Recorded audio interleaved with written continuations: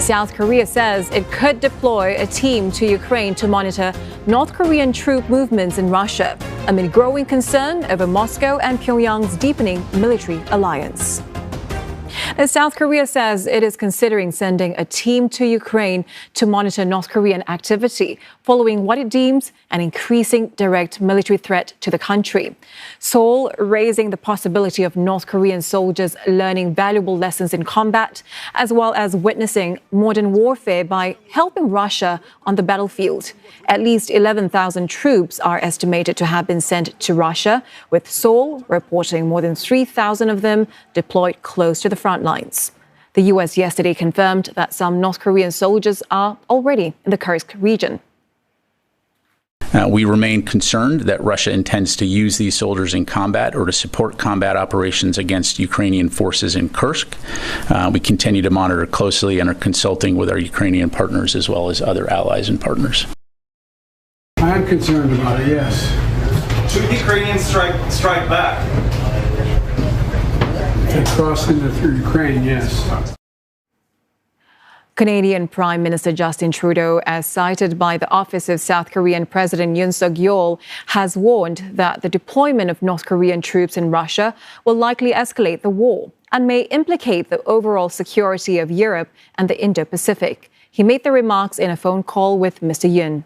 Concerns are also rising as North Korea's top diplomat, Son-hui, pays a visit to Russia. Now, this is her second trip to the country in 6 weeks. Moscow says Ms. Cho will hold strategic consultations with her Russian counterpart. Now, for more on this, we're now joined by Dasha Chernyshova, live from Moscow, and Megumi Lim from Kyiv.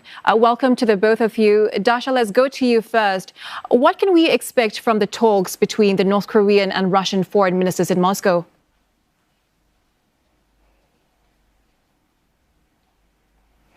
Well, we understand from the diplomats from the Russian Foreign Ministry spokesperson Maria Zakharova that this visit by the North Korean Foreign Minister to Russia is part of the exchange that the two countries have held over the course of the past months, which are also part of the strategic partnership agreement between the two countries. They say this is a planned visit, and there is nothing extraordinary in the very fact that the diplomats from two countries continue to hold exchanges and want to see and to check their stance on the issues of bilateral relations as well as international agenda. So we understand this will be the focus of these discussions in the Russian capital. However, Moscow is trying to downplay and to alleviate the concerns in the West, saying that this meeting has nothing to do with the situation in Ukraine. And we've heard the Russian officials also insisting that the Western countries are only trying to make this hysteria around the cooperation between the two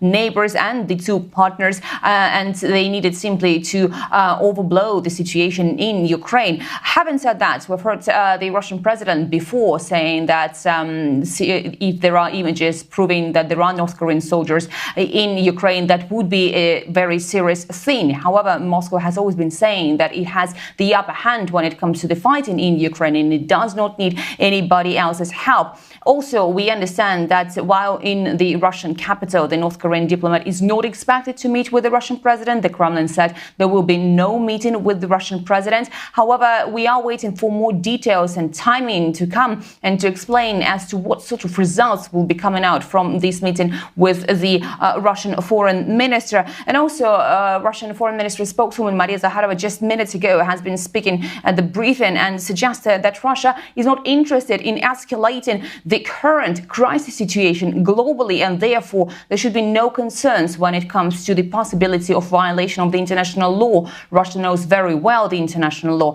and its cooperation with the DPRK is not going to violate that. Meanwhile, Megumi, Washington is reporting that some North Korean soldiers are already in the Kursk region, close to Ukraine's border. How is Ukraine preparing itself if the situation escalates? First, just to give some background on Russia's Kursk region, Ukrainian forces still hold a few hundred square kilometers of territory there since its surprise incursion in August of this year. But Russian forces are slowly clawing back some territory. And now we're seeing several thousand North Korean troops being deployed there. And U.S. officials are saying that this number is set to rise as more North Korean soldiers complete their training in Russia's Far East. Now, the question is Ukraine prepared for this? We do know that Ukrainian officials have been in talks with allies about how to respond, and we have so far seen help coming from South Korea, which has provided and shared a lot of its intelligence with Ukraine. And the president is saying that Seoul is considering sending its personnel to Ukraine to help monitor North Korean troops. This will, of course, be incredibly helpful to Kyiv, but also for South Korea as well, as they will be able to monitor North Korean troops potentially engaging in actual combat. And also the latest coming from the United States is that President Joe Biden has said that Ukraine should strike back if North Korean troops do deploy inside Ukraine. And we have no doubt Kyiv will not be holding back on that front. But however, the situation on the ground, the reality on the battlefield is pretty dire. On the Ukrainian side, Ukrainian forces are already severely outnumbered on the battlefield and are losing ground to Russian forces, especially in Ukraine's eastern region. And experts are saying that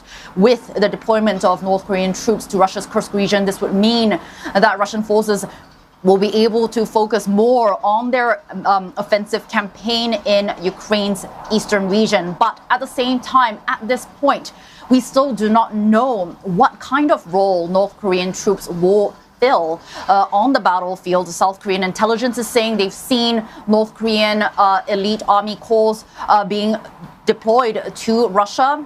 But the Pentagon is saying that they believe North Korean troops will be involved in an infantry capacity. So again, we still do not know how much their presence will affect the war in Ukraine. A lot of uncertainties at this point. Megumi, Dasha, thank you very much for your updates. Dasha Chernyshova in Moscow and Megumi Lim from Kyiv.